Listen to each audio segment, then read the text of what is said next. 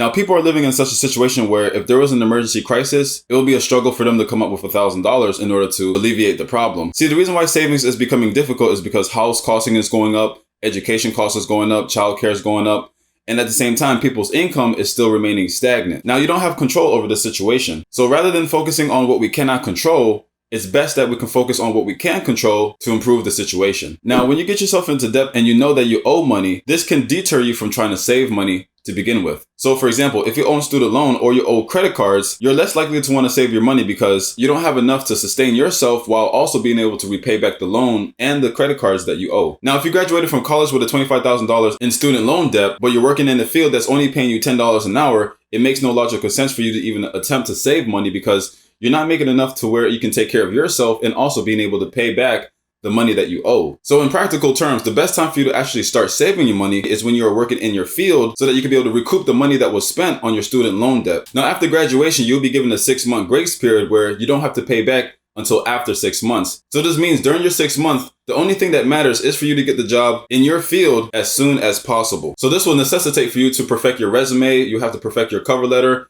and you have to practice your interviewing skills so that you can increment your likelihood of getting the job. If you're unable to secure yourself an employment before the 6 months grace period end, it will become difficult for you to save money, especially if you're earning a low wage. Another problem that people are having with when it comes to saving money is that they're not keeping track of their spending. Now, by keeping track of your spending, you're able to see where your money is going and you'll be able to cut back on certain expenses. If you want to save money and start tracking your spending, you will notice that you can save money on certain things. For example, instead of going out to eat, what you can do to save money is to go grocery shopping and cook the food at home. Now, it's understandable if you have those days where you don't really feel like cooking, and that's okay, but even during those slothful days, you still want to practice money-saving habits. For example, instead of paying $20 for a high-priced meal at a high-end restaurant, you can find a local restaurant that's close to you and only pay $10. Now here, you just saved yourself $10 while also still not having to cook on the days where you feel kind of slothful. Another challenge that a lot of people are having is that they don't make a list of the reasons why they should save. Once you have a financial goal, saving becomes much more easier. What you want to do is you want to write down the reasons why you should save so that you can increase the likelihood of you saving your income. You want to save your money for emergency purposes. Saving for emergency purchases, such as your car breakdown or a leaking roof, is a valid reason to do so. If both events was to happen concurrently, the required funds that you will need in order to solve both situations would be around approximately $1,000 to $5,000, depending on the issue and model of your car and the severity of the leakage. You also want to take into account that employment loss can happen at any time for a variety of reasons. And if you have a family and dependents that you have to care for, you want to make sure that you have a savings plan in case such events occur. Now, depending on your lifestyle and your bills and your rent, for 6 months, you would need about approximately $8,000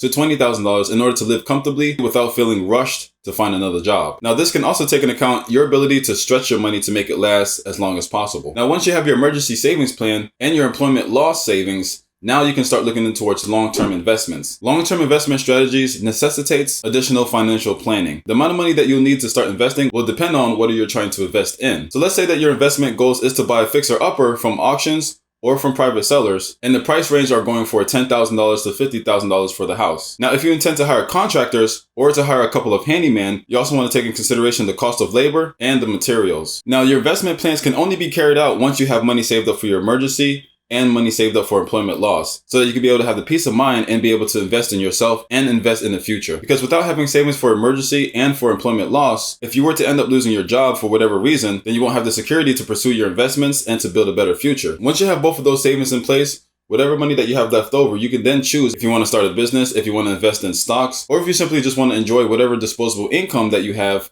on the things that you want. Another thing you want to learn is how to save money while having fun. Saving money while participating in social activities can be complicated because although it is important to cultivate, nourish, and maintain your friendship, it is also important to keep an eye on your finances so that you don't overspend. In this particular case, what you want to do is you want to find activities where you can have a good time with your friends while still being able to save your money, such as sports, card games, reading books, and so on. Although going out to restaurants and interesting places offers a better experience, what you want to do in this particular case is that you want to find places where you can be able to have a good time, but without having to overspend your money. So for example, you want to go to your neighborhood local bowling alley. You also want to look for like arcades or even $5 movie tickets that you can go with your friends and still have a good time. Now, when you're looking for activities to do with your friends, what you want to do is you want to call up the companies and find out, do they have any special deals for group sessions or do they have any special deals during a certain time period. And also you want to find out if they have any membership plans so that you can be able to take advantage of their specials. So for example, in case if you're not aware, AMC have a membership program called Stubble List Membership, which I think it's $25 a month. And what the membership includes is that it allows you to watch 3 movies up to 1 week for a total of 12 movies in 1 month, all for the price of $25. Now, if you were to go to a movie theaters, you'll realize that the price for movie tickets costs $12 to $18 per person. In order to really save your money while still having fun, you want to take advantage of the special offers that companies are having so that you and your friends can have a good time while still meeting your financial goals. Now, one of the key ways that will help you to making you save your money is that you want to learn the repercussions for not saving. The problem is that many people don't make it a priority to save their money. So in order to make saving a priority, what you want to do is you want to learn the ramifications that can happen if you had little to no money left over. So let's just imagine this scenario. So let's say that your car has broken down, and after having it inspected by your mechanic, you realize that the cost is going to be $500 in order to get it fixed. Now, if you didn't save any money and you only have $50 in your pocket, you won't be able to get your car fixed, which means now you're going to have to deal with the inconvenience of catching a bus in order to get from point A to point B. So this means that if you wake up 9 o'clock in the morning, you're now going to probably have to wake up 7 o'clock in the morning just so that you can get to work. Now, another thing you have to deal with is that if you're waiting for a bus to come, you're gonna have to deal with the fact that if it rains on you, you're gonna go to work wet, or if it's sunny and hot outside, you're going to go to work all sweaty and hot, and that's not the way you want to start your day. As a result of getting wet from the rain, you may also get sick, and if you're sick, you're more likely to want to call out from your job. And if you call out from your job, you increase the likelihood of you getting terminated. And if you get terminated, now you have no source of income. And all of these unfortunate situations occurs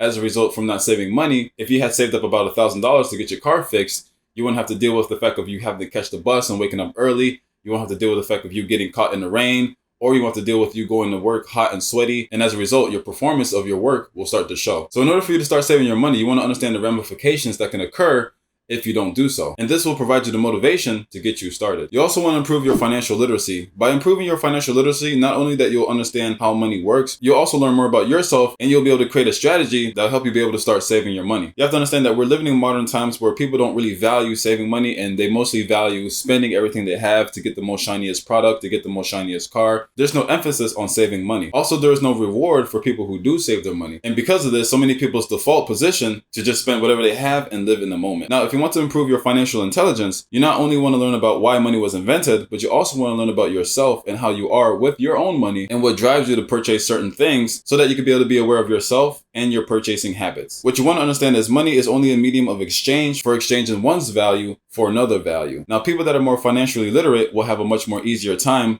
with saving their money and budgeting themselves for the future. Now, the reason why you want to increase your financial intelligence is so that you be able to know what are the ramifications for not paying back the money that you owe, and what are the repercussions that can take place if you don't pay back the money that you owe. See, the goal of financial education is for you to understand the ramifications that will happen to you and how it can affect your life if you don't pay back the money that you owe, and the long-term consequences of that. Once people become aware of the pain that will happen if they don't become financially literate, then they'll start to reconsider saving their money so that they can be able to improve the quality of their life. Now, for a variety of reasons, people don't really want to learn about their finances, and it's because it's tedious and laborious, and it's not something that you can find to be exciting. Now, although it cannot be made exciting, what is more important is to demonstrate the consequences of not learning about your finances, because people are pain attuned. So we only learn by knowing the pain and the consequences and how it can negatively impact our lives. Now, people are affected by this phenomenon called lifestyle inflation. So what this means is that as soon as a person's income increases, so does their spending. Now, this can happen to many people who've managed to stumble upon earning 6 figures, notably if it came to them fast without much effort. The issue here is that the person is still living check by check while also living a luxurious lifestyle, but this person is also one check away on falling behind payments, which can also cascade to other missed payments. Now, this person is likely to spend all of their money that they made because they're confident that they won't lose their job, or that the company is highly profitable and they won't do any layoffs, or they have been influenced by the lifestyle of celebrities and influencers on social media, or it could be a combination of all three. As a result of this frame of mind, this person postpones saving for months, if not years.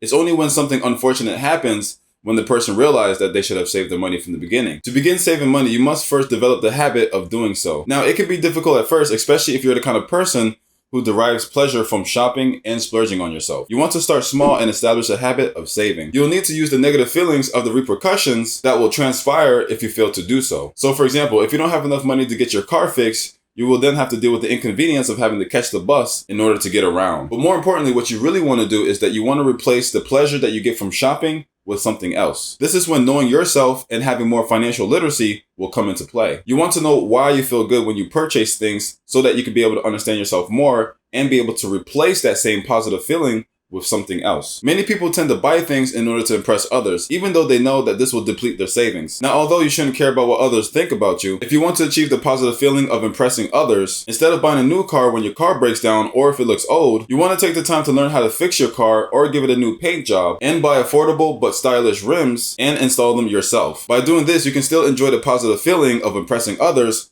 while still saving money in your pocket. Now, another thing is that people sometimes spend their money when they feel depressed, which gives them a rush. Now, if you ever become depressed, instead of shopping for things that you don't need, what you want to do is you want to consult with yourself to figure out what is the underlying problem of your depression. So essentially what you want to do is you want to self-diagnose yourself. You want to find out if the cause of your depression is because you're lacking social needs, or if it's because you're lacking intimate relationship, or is it because you're lacking a purpose in life? And once you discover which one of those needs are being unmet, then you want to go about solving those needs. So for example, if you find out that your social needs is not being met, then what you want to do is you want to go out and make some friends or make time for the friends that you already have. If you find out that it's because you're lacking an intimate relationship, you want to start grooming yourself and meeting the opposite gender. Or if you find out it's because you don't have a purpose in life, then you want to sit down and ask yourself, what is it that you really want? And how are you going to go about achieving it? You want to find out what would be worthwhile of a pursuit that will make your life journey interesting and rewarding. Now, the worst thing that you can do is to buy things in a spur of the moment. This could be detrimental to your budget. To improve your spending habit, you want to implement a waiting period before making a purchase. This will give you time to see if you still feel the same way about purchasing the product that you wanted earlier. Depending on the cost of the product, you want to give yourself a grace period of hours or even days before deciding to purchase it, especially if you're attempting to eliminate your bad spending habits. So for example, let's say that the product costs $50 to $100.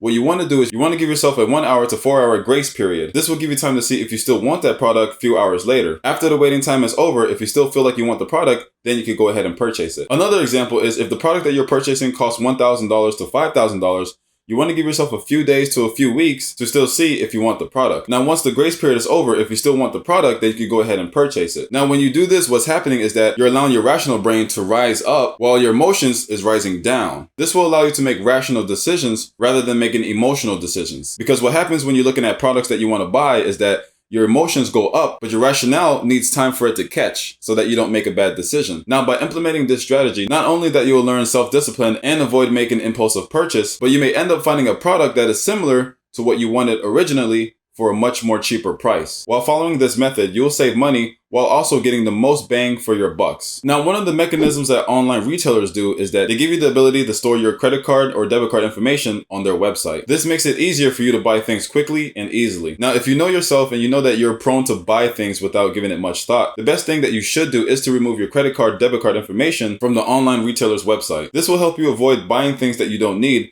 as this will require you to have to get up to get your credit card information and your debit card in order to put the information in to buy the stuff you want. Now, because of the extra effort that it's going to take for you to get up to get the card information, this can dissuade you from making an impulsive purchase. It's time for you to start saving money now.